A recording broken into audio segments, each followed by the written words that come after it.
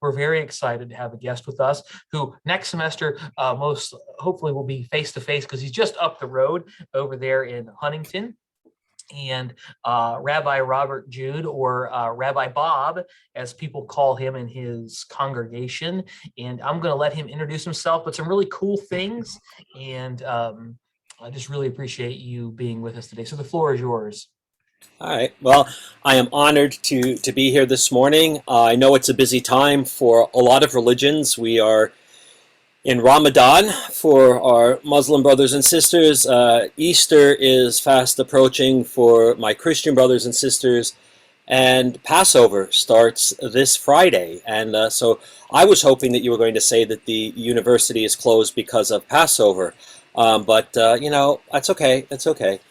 My name is Rabbi Robert Judd. I go by Rabbi Bob. And I only keep the title because out of respect for my teachers. I'm not a formal kind of guy, so I see everybody's blacked out. But if anybody has a question while I'm going, can they raise their hands and then chime in? What I'll do is they can oftentimes they'll either do that or send it on the chat box, and I'll just watch for that. Oh, okay.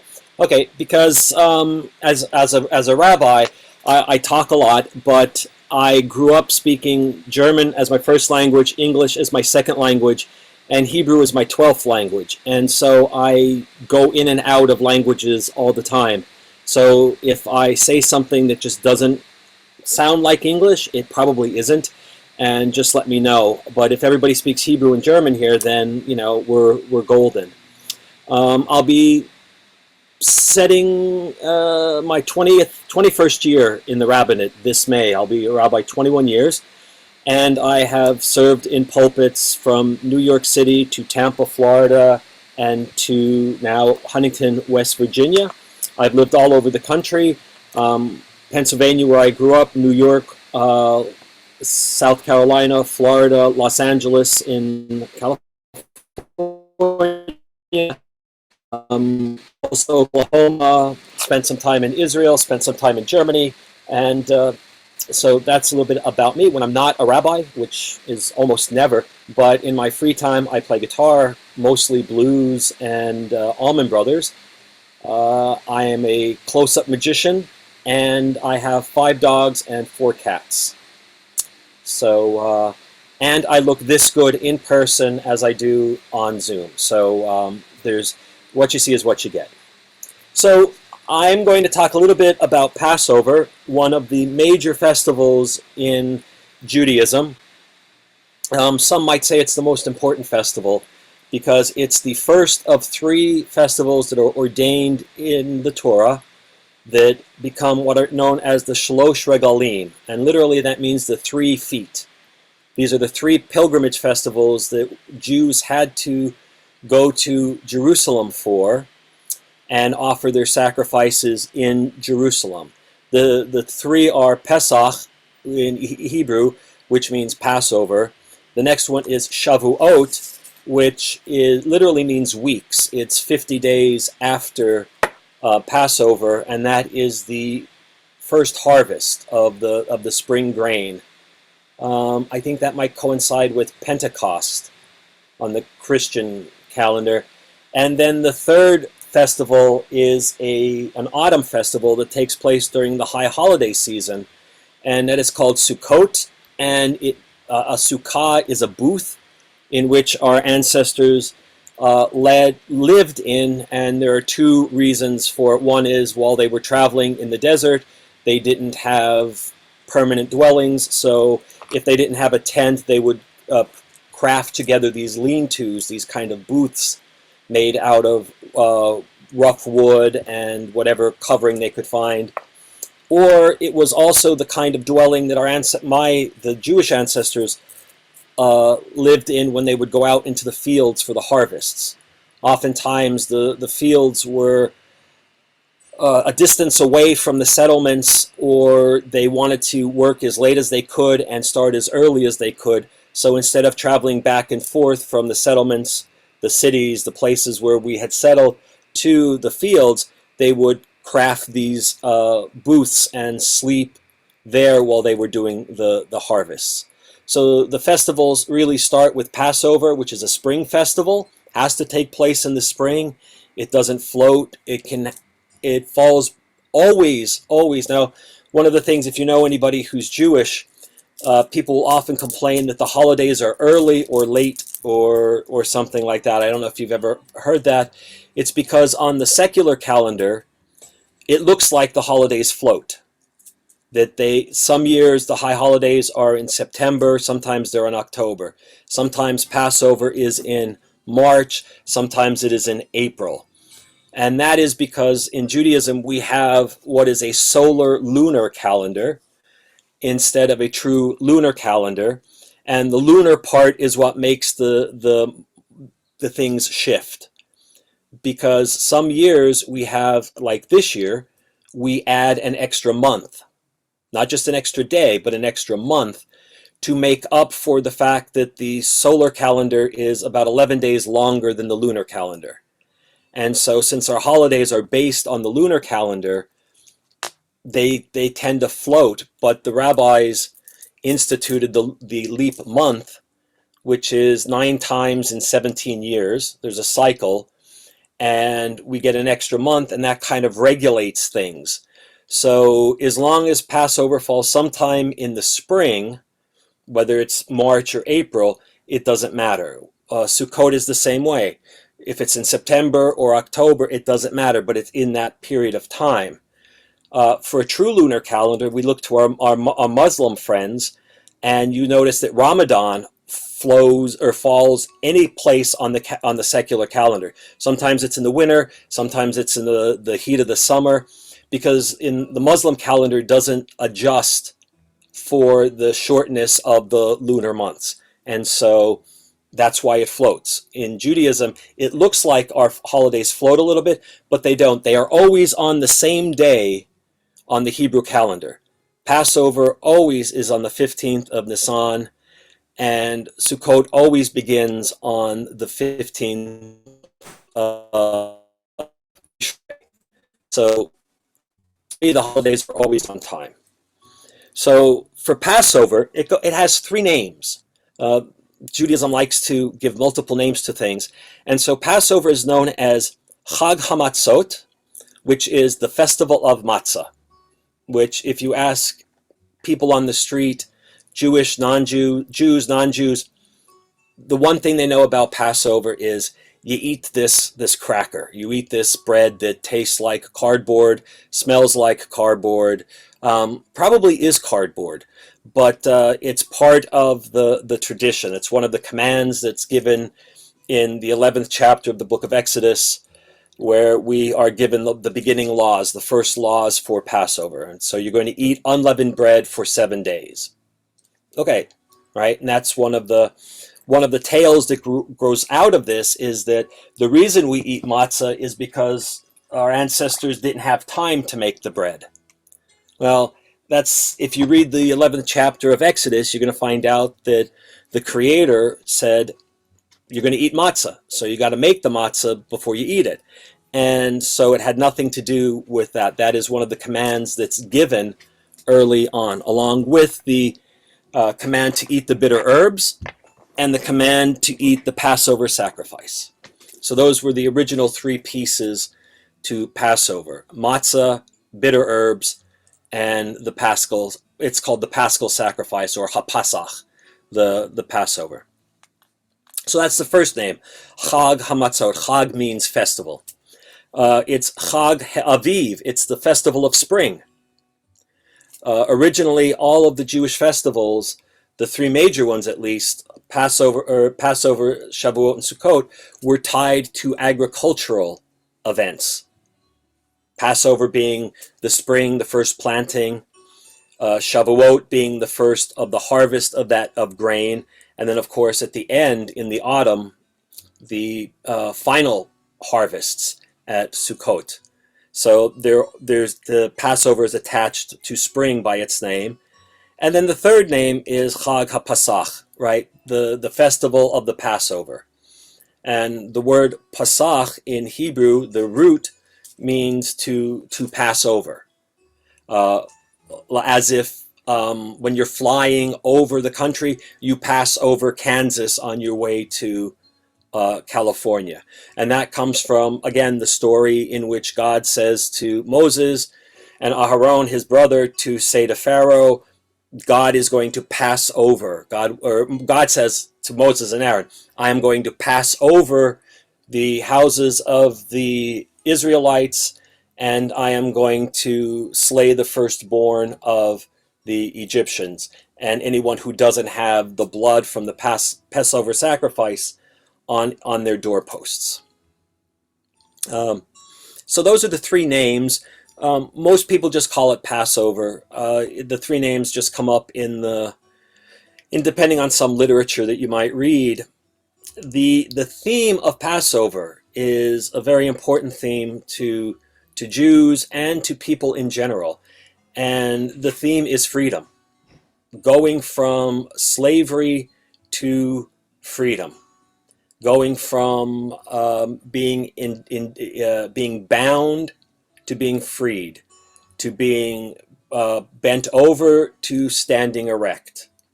And one of the big themes that goes through the Passover story is this idea of freedom.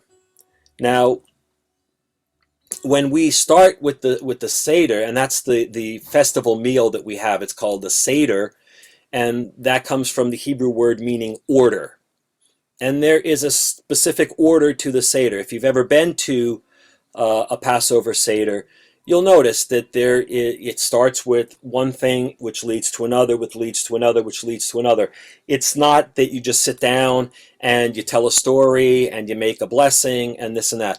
There is a logic that goes through the story. And the story starts, as the rabbis teach us, with degradation. Our story starts, the story of the Israelites in Egypt, really after the book of Genesis ends and all of those characters that we learned about, Abraham, Isaac, and Jacob, and then leading to Joseph. The new Pharaoh comes to power, and he didn't know Joseph, or he didn't care for what the previous Pharaoh did with Joseph, and so he enslaves the Israelites because he's afraid that while they are not numerous enough to wage war against Egypt, they are large enough that if they hooked up with one of Egypt's enemies, that would be bad news for Egypt. So he enslaves them. And so we enter in this period of 400 years of slavery. And that's where our story starts. We start with the degradation of slavery and move to freedom. And it seems counterintuitive, right? If you're going to tell your story, you want to look good for the entire story, right? You know, this is my story. And instead, we start remembering that we were downtrodden. And there are a lot of people make comments about that. A lot of people think about it, but it comes from the line that shows up a number of times in the Torah that God says to the Israelites, you got to remember you were slaves in Egypt. Don't ever forget that you were slaves in Egypt. And there's two parts to that. Don't forget you were slaves in Egypt, because someday you're going to control your land and you're not going to treat other people that way. And the other part of that is, remember that I was the one that brought you out of Egypt. Not any of these other gods, not any human being, but it was through my power as the creator of all things that I brought you out. You didn't bring yourselves out. You didn't earn this. You didn't work for it and then, no. I brought you out. So we have a relationship. And don't forget that. So don't forget that. And so, as history rolls on, Passover becomes not just the idea of, it was probably just remember what happened, right? Remember this moment. But as history moves on and the Seder develops, it gets longer because more history gets added to it. More stories get added to it.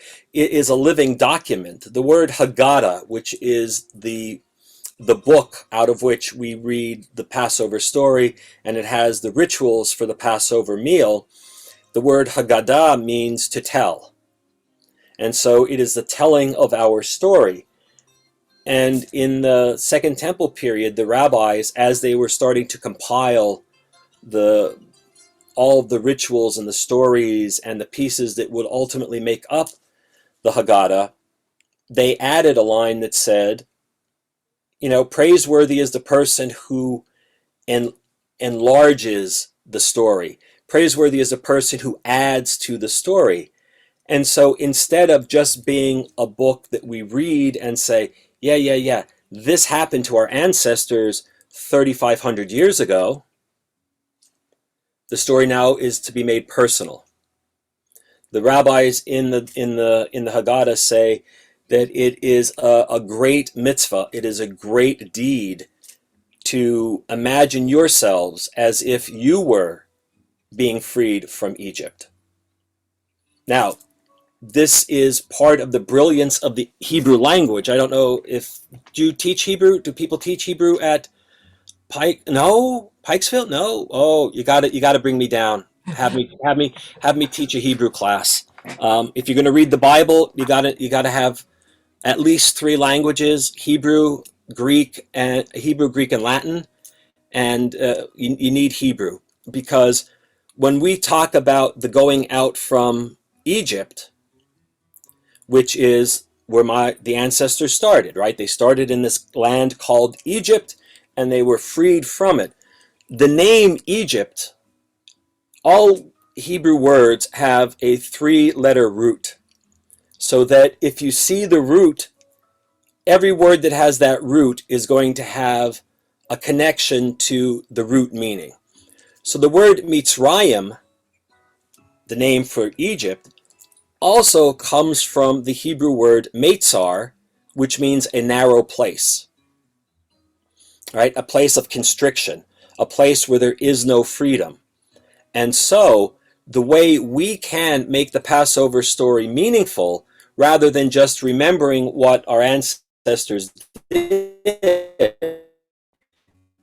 we always, as human beings, find ourselves in narrow places of constriction that are keeping us from being who we need to be, keeping us from what the Creator wants us to do. Whether it's an addiction, whether we're in a bad relationship, whether we're in the wrong major, whether we're in the wrong job, right? We feel constricted. But Passover for Jews and for people who know the story is a time to get released from that, to move forward out of that. And even if you can't at the moment, there is the possibility for change. There is the possibility of moving. So that's why the rabbis in the Haggadah say, you need to imagine yourself as if you were a slave being freed. What is the Mitzrayim? What is the narrow place in which you find yourself? And what are you going to do? How are you going to move from it? And that is the brilliance of Passover, because instead of being a static festival in which we remember something that happened, we become part of the story. And the story of moving from slavery, whatever that slavery is, to freedom. To knowing that while we may be slaves now, there is always the potential for us to move out of slavery and into freedom. And no other holiday in the Jewish calendar has that personal aspect. We often talk about the high holy days of Rosh Hashanah and Yom Kippur, the Day of Atonement, and all of that. But the Day of Atonement is not nearly as powerful as the idea of being freed from a place of enslavement. And that's why some seders, or my seder that I lead every year, gets longer every year, because people bring more stories. People bring their ideas. They bring their history of how they have become freed, of how they have moved forward. And every year it grows, and it's beautiful. It's absolutely beautiful. Because the rabbis wanted to make sure, the rabbis I'm talking about, the rabbis of the Second Temple period, who after the temple was destroyed, reinvented Judaism, saved Judaism. Once the Romans destroyed the temple, destroyed the locus, the focus of Jewish worship at the time, the rabbis who were part of the Pharisaic group had to make a decision. Do we let Judaism die? Because the Sadducees, the priests, had no temple. And without a temple, we didn't have the sacrificial cult. And without the sacrifices, what do? And the rabbis said, we just reinvent Judaism. We take the temple and we put it in the person's home. The table becomes the altar. The table becomes the place of ritual. And then, we'll figure out everything else from there. But we have to keep the religion alive. And one of the things that they took with them is the idea of the Haggadah, the teaching of the stories, that words, teaching, memory, retelling things is very, very powerful. And that's how you remember. That's how you don't forget. And so starting with at the end of the Second Temple period, Judaism changed, and so did the Seder. From our best guess, Seders weren't all that complex in biblical times. You sacrificed your lamb, you made your matzah, you got your bitter herbs, and you ate it. And you said whatever little things you had to say. But again, as history moves forward and the Jews come into contact with other cultures, so the Seder that we have today historically is based on the idea of a Roman banquet, where you start with certain foods and work your way through. And you recline, because that's how free people ate in Rome. They reclined. They didn't sit up, because if you were sitting up, that meant you were getting ready to do something as a servant or a slave. But if you were reclining, you were taking it easy. You didn't have to hurry. And so what they did is they said, there's a piece at the beginning of a Roman banquet where they kind of dip things. Well, we have to dip something, and so we'll dip parsley, we'll dip a green herb into salt water. Whoa. And, we'll say that it now represents the tears that our ancestors cried when they were enslaved. Okay, and then it moves on. Oh, there's this other thing that the Romans do. How can we ritualize that for our story?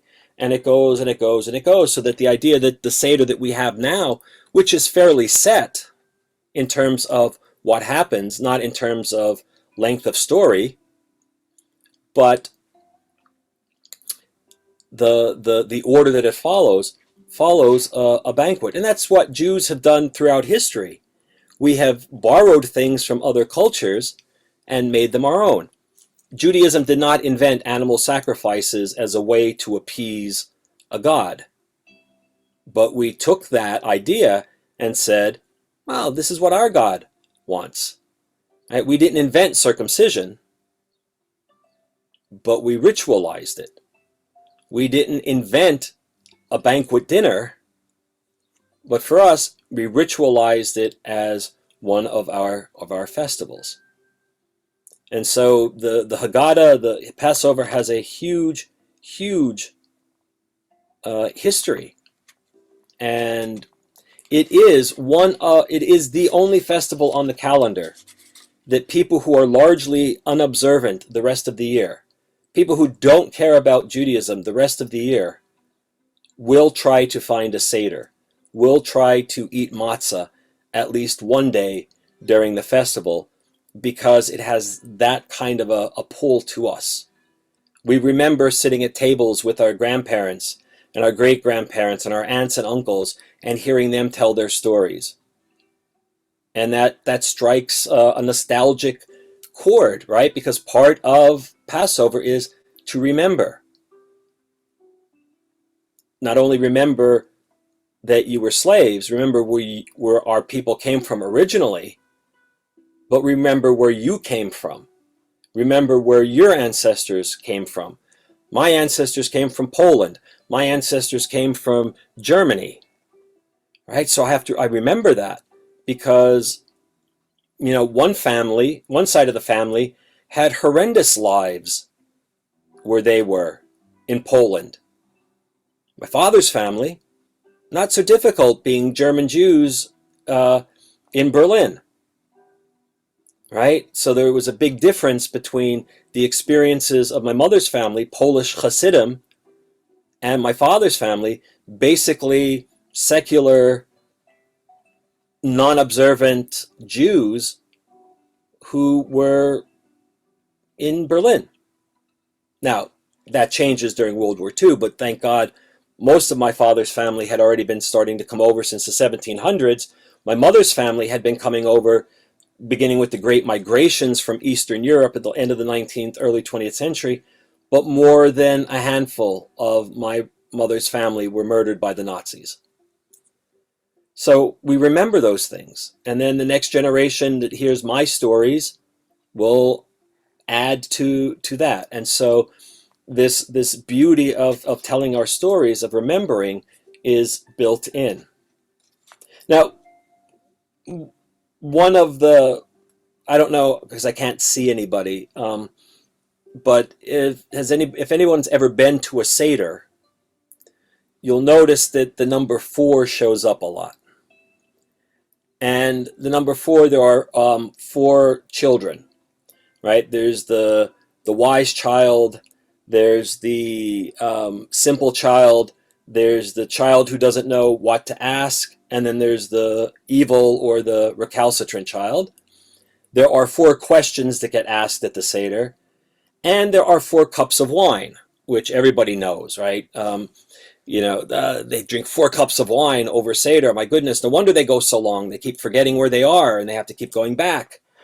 Right? But the reason for the number 4, especially with the 4 cups of wine, comes from the promises that God made to the Israelites before the process of Geulah, the process of redemption. So God made, according to the story here, 4 promises. And those 4 promises lead to the 4 cups of wine. Right? So God promises that God hotseti, that God will free us from the bonds of slavery. God says, hitzalti, I will deliver you from slavery to freedom. God says, ga'alti, I will redeem you. I will take you from being slaves, and I will make you a free nation, and all the benefits that go with that. And then God says, lakachti, I will take you, and I will make you my people. So each of those promises corresponds to a cup of wine. However, if you know that the part of the Bible that I'm referring to, God actually makes 5 promises. So there should be 5 cups of wine. And there are. There's a cup at the very end. There's a cup at the table that sits untouched for the entire Seder, and it's often called Elijah's cup. Because God made a 5th promise to the Israelites, Heveti, that I will bring you to the land that I promised your ancestors, Abraham, Isaac, and Jacob. Well, there's a problem. When the rabbis are creating what we have as the Seder, they're in exile. They don't have a land, but they have a promise. So what do? Do we drink the cup? Because there was the 5th, and that promise was fulfilled, but we're no longer in the land, which seems to suggest that that promise is not fulfilled. And so the rabbis have a technique in the Talmud of when they get to a point where they cannot answer the question, they say, well, we'll leave it up to Eliyahu. We'll leave it up to Elijah. And it's taught that Elijah will return at the end of days. And at that point, the rabbis have a list of questions to ask him. And so this is one of those questions. So the cup is poured, but it's not, we don't drink it because for the rabbis 2,000 years ago, they didn't know what to do. However, since 1948, we have been brought back into the land. And so now the question for me and my colleagues, as we talk about Passover, is, do we now drink this cup? We now have the state of Israel. We now have a homeland. We have been brought back into the land. So what do we do? Nobody's come up with a good answer yet, so the fifth cup still remains on the table untouched. But there is, down the line, the Seder might change. And instead of 4 cups of wine, we're going to have 5.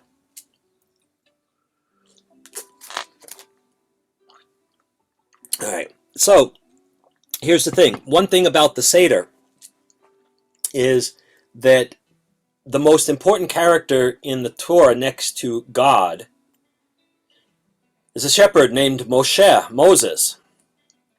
And you would think, because he figures so prominently in the Exodus story, that the Haggadah would be all about Moshe, that he would be all over it. And he's not. Moshe is not mentioned one time in the entire Seder, in the entire Haggadah. He is not mentioned. And this is one of the great conundrums in rabbinic thinking, because why wouldn't we want to mention him? Well, the reason that I think of is that a month ago, we had a festival called Purim, which tells the story of Esther and Mordecai and what she did to save her people, what she did to save the Jews. Now, if you have Bible classes in their religion, yeah. Okay, so if you're in a Bible class and you're reading, you might be in a class where you read the book of Esther, which is the story of Queen Esther and ultimately Purim. And one thing that you'll note if you read the book of Esther is that it's the only book in the Bible, the entire Jewish scriptures, in the name of God. Every other book mentions God's name at least once. Almost everything, many times, right?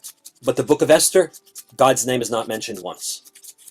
And the reason that I think that is because but God's presence is obvious in the book. There are miracles that happen. Things take place. People step up that maybe you didn't think would step up in the story. And so sometimes I teach that we don't always see God's presence. We don't always see God's presence, and so sometimes God's presence is hidden from us for reasons that we don't understand, but just because we don't see it or feel it doesn't mean that it's there.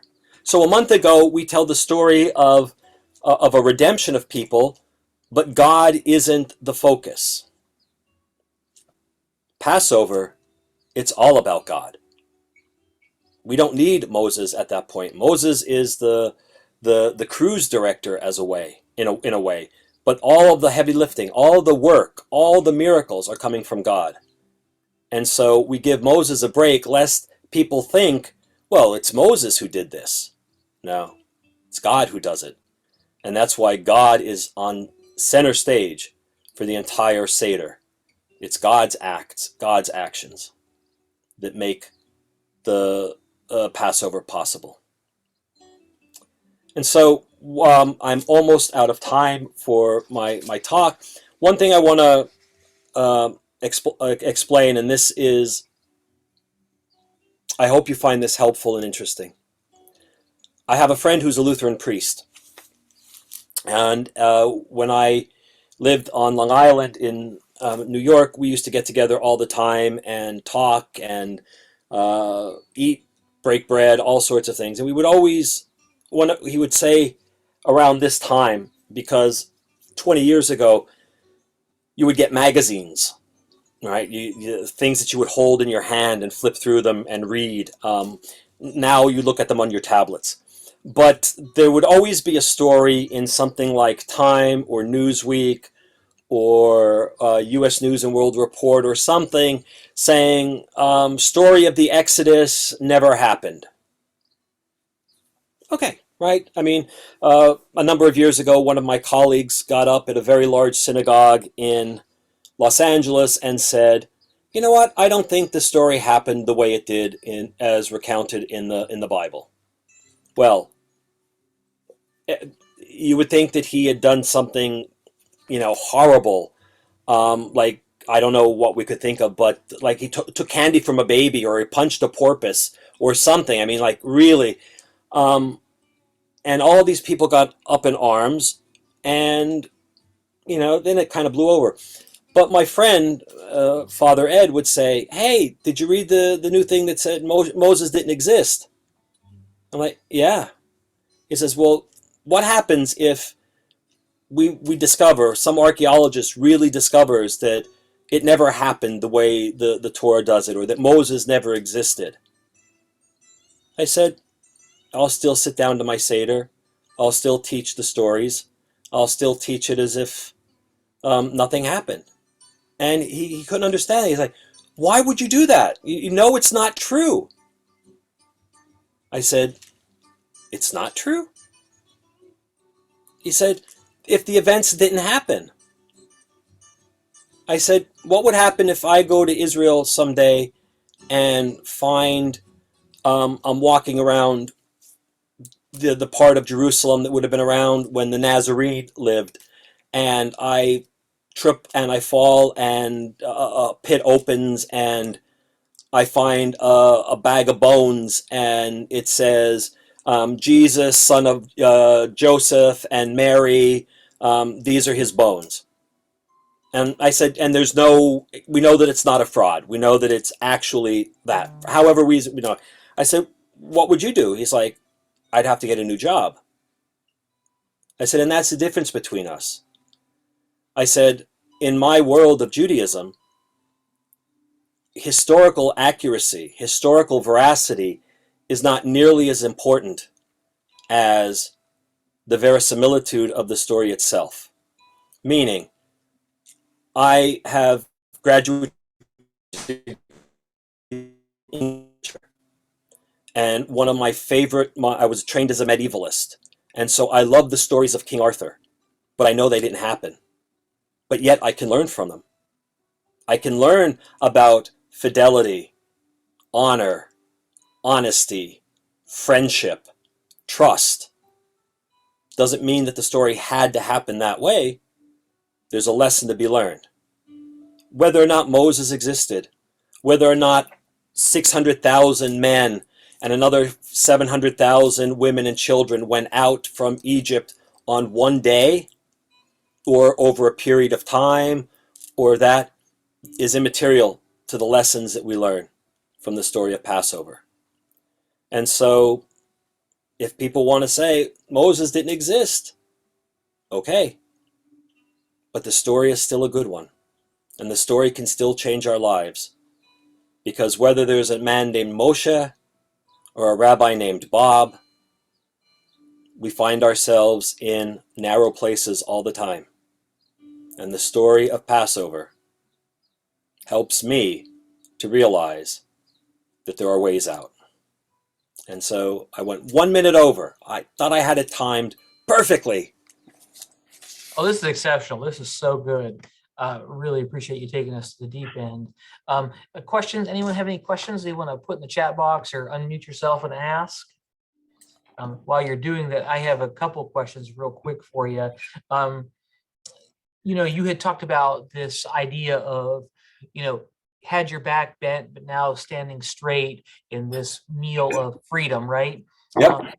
Today, as this kind of the celebration of it evolves, and it seems like it takes on even some spaces where it's being celebrated, maybe there's some differences that happen.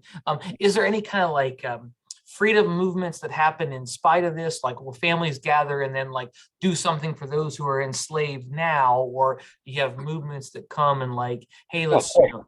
Of course. I mean, the Haggadah, the story, the book, and I didn't pull one off of my shelf to show you, but there are different types of Haggadot out there, and so whatever social issue is on your list, right? I mean, and I don't mean that negatively. I mean, whatever it is, immigration, climate, voting reform, gay and lesbian, transgender issues. You can find a Haggadah that builds that into the story and then gives you suggestions of what to do to help people and to take the words and the ideas of Passover and put them into action. I don't know, is that the question you were asking? Yeah, yeah, absolutely. That makes a lot of sense. So thank you for that. I mean, inside the Haggadah, actually, there's a spot where we go and we open the door and we publicly proclaim, those who are hungry, come and eat. That if someone were to show up on my door during Passover, knowing that it was Passover and knew that there was a meal there, and they showed up uninvited, well, they are invited. Because the idea of Passover and the idea of one of the main ideas of Judaism is that the Jews are the quintessential immigrants, right? We didn't have a homeland for a very long time, right? 400 years we were immigrants in Egypt, and then we were taken out, and then we lost the land, and then it was given. We were brought back in, then we lost it again. But we are the quintessential immigrants, and there are dozens of times in the Torah where it says that you are to take care of the widow, the orphan, and the stranger. And the stranger doesn't just mean the person you don't know. That is actually the word to use for an immigrant. And so built into the tradition is this idea that there are going to be people there that need help. And it's the widow, the one who doesn't have someone to support her because her husband died and she didn't find another husband. The orphan doesn't have parents to take care of them. And then the stranger, the immigrant, who isn't part of the community yet, but needs help. And so traditionally, these are the three groups, at least in the biblical world, that were often left to the side because people didn't want to take on the right? And all cultures have this, have done that kind of stuff of ignoring the widow, the orphan, and the child, and the widow, the orphan, and the strangers, because they become burdens. And what the Torah teaches us dozens of times, and the reason the Torah repeats it so many times is because the Torah realizes that human beings tend to be thick-headed, and sometimes they need the lesson pounded in, right? The prohibition against eating pork is mentioned twice in the entire Torah. Don't do it. And if you ask a person, what's one of the most important things about Judaism? They don't eat pork. Well, actually, that's mentioned twice. Taking care of the widow, the orphan, and the stranger almost 4 dozen times. I think that's the more important lesson from Judaism. And that stuff, and those things are things that are brought out during Passover when we realize the work that we still have to do. Yeah, wow. Okay. That's really, really helpful. One of the students asked a question about, as a person a part of a religious minority in this country, have you ever been discriminated against because of your religious identity? Depends what you mean by discriminated against. I hesitate to say discriminated against because, if I take my kippah off, if I take my yarmulke off and I put on a baseball hat, I look like a white guy and I can pass, right? I mean, I can just pretend, I don't know, when I lived in Oklahoma, we called them the good old boys, right? I can pass, right? I can walk into any store, nobody's going to, right? If I have my kippah on, then people start, oh, he's not one of us, or he's different, or he's something. So outwardly discriminated against, like African Americans or Hispanic Americans and things like that, no. But I have had people make comments. I have had people, one time I went into a store and it was very difficult to get somebody to help me out because I was a Jew and they were Christians and they didn't think I was worth helping because, I was a Jew. And I know that was because that was the reason, because I demanded to talk to the owner of the store, and he's like, yeah, what do you want? You don't know the truth, so why should we waste our time with you? So that's about it. Once I was at Walmart, and a woman was making a very, very big to-do about saying, I guess I was aiding and abetting in the war on Christmas, because ever since I'm a little kid, I've said happy holidays, because there are no fewer than 12 or 18 holidays between the middle of November and the middle of January across all religious spectrums. And so I say happy holidays because, if somebody says Merry Christmas to me, I do not get upset. I do not pitch a fit. I say thank you, right? Because if somebody's wishing me a nice holiday, even though it's not my holiday, they're still wishing me well. I want to say happy holidays because I can't keep everybody's holiday straight in my head. So I'm figuring if they're a Muslim, if they're a Christian, if they're a Buddhist, if they're Hindu, and I say happy holiday, I'm not bothering anybody. But this woman was raising such a stink and just staring at me while she's saying, I'm just going to keep saying Merry Christmas. I don't care who it is, because Jesus is so important, and, and just staring at me. And when I got up and did that, I got up, I was trying to pay for my thing, and she was still ranting over my shoulder to somebody. And I just leaned in and I said, listen, I didn't do anything to you. You want to say Merry Christmas? Say Merry Christmas. You want to say Happy Holidays? Say Happy Holidays. But don't take your anger out on me because I don't worship the way you do. And when I was done, I said, Happy Holidays, and left. But the kind of discrimination that people of color, that people who are unable to pass in whatever way, I haven't had that kind of discrimination, and it bothers me. It disgusts me that people because of color and religion, and I think that as a country we should be well beyond that. Absolutely. Well, I know that we are time for our students, so as people log out, I did have one more question for you if you have a second, but I'll let other people kind of go on to do their thing. So thanks for all those who attended today. You mentioned kind of on a side note, as you were kind of helping us understand why Moses really isn't mentioned at all, and you were talking about the kind of the nature of God's hiddenness inside at least the written story of Esther, right?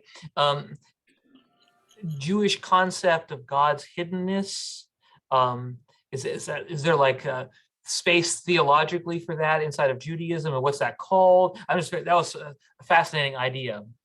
Yeah, in Judaism, there's a concept called Hester Panim, and something that's nistar is hidden.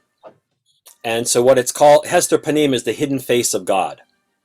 Now, Judaism likes puns and word plays, and so the name Esther sounds like Hester Panim, right? So, there's that whole thing there. The idea of the hidden face of God, God says a number of times in the Torah that I will hide my face, that I will remove my presence from you, not meaning that I am gone forever, but you're not going to have the direct access. You're not going to have the direct feel that I am present. And we know this from when they erected the tabernacle, that the cloud descended, the pillar of fire was part of it, and so that meant that God's presence was there. And when the cloud or the pillar of fire wasn't, that was God's presence wasn't there. Didn't mean that God's not there. It's just that we are somehow distant. And so the mystics that come out much later in Jewish history, the late Middle Ages and into the modern period, they're very big on the idea of Hester Panim. They're, especially during great calamities, during great tragedies, there's a sense that of Hester Panim. So yeah, there is room for it. Rabbis don't like to talk about it because it frightens people and confuses them, but there is room in the theology for it. Okay, that's fantastic. Thank you. Thanks for giving me a little window into that to kind of explore further. This has been great today. I know it's a really busy time for you, so I really appreciate your gift to your time and gift to your presence and all that you're doing in that area there in Huntington. So thanks so much. Well, Really I value. appreciate. Thank you. I appreciate you inviting me. I love doing this. If anybody has any questions that they didn't feel comfortable, or I usually start off my talks, and I didn't today because Passover begins in 4 days, and my mind is on what I still have to do to get ready for it. I usually say there are no such things as stupid questions. The only stupid question is the one that you don't ask, because if you don't ask, the answer is always no. But if you ask, the answer still might be no, or the answer might be something that you hadn't anticipated, but at least you have an answer. But if anybody has any questions or thinks of something, you have my email, and just shoot me an email and I'll get back to you as soon as I can. All right. Well, thank you so much. Appreciate that invitation.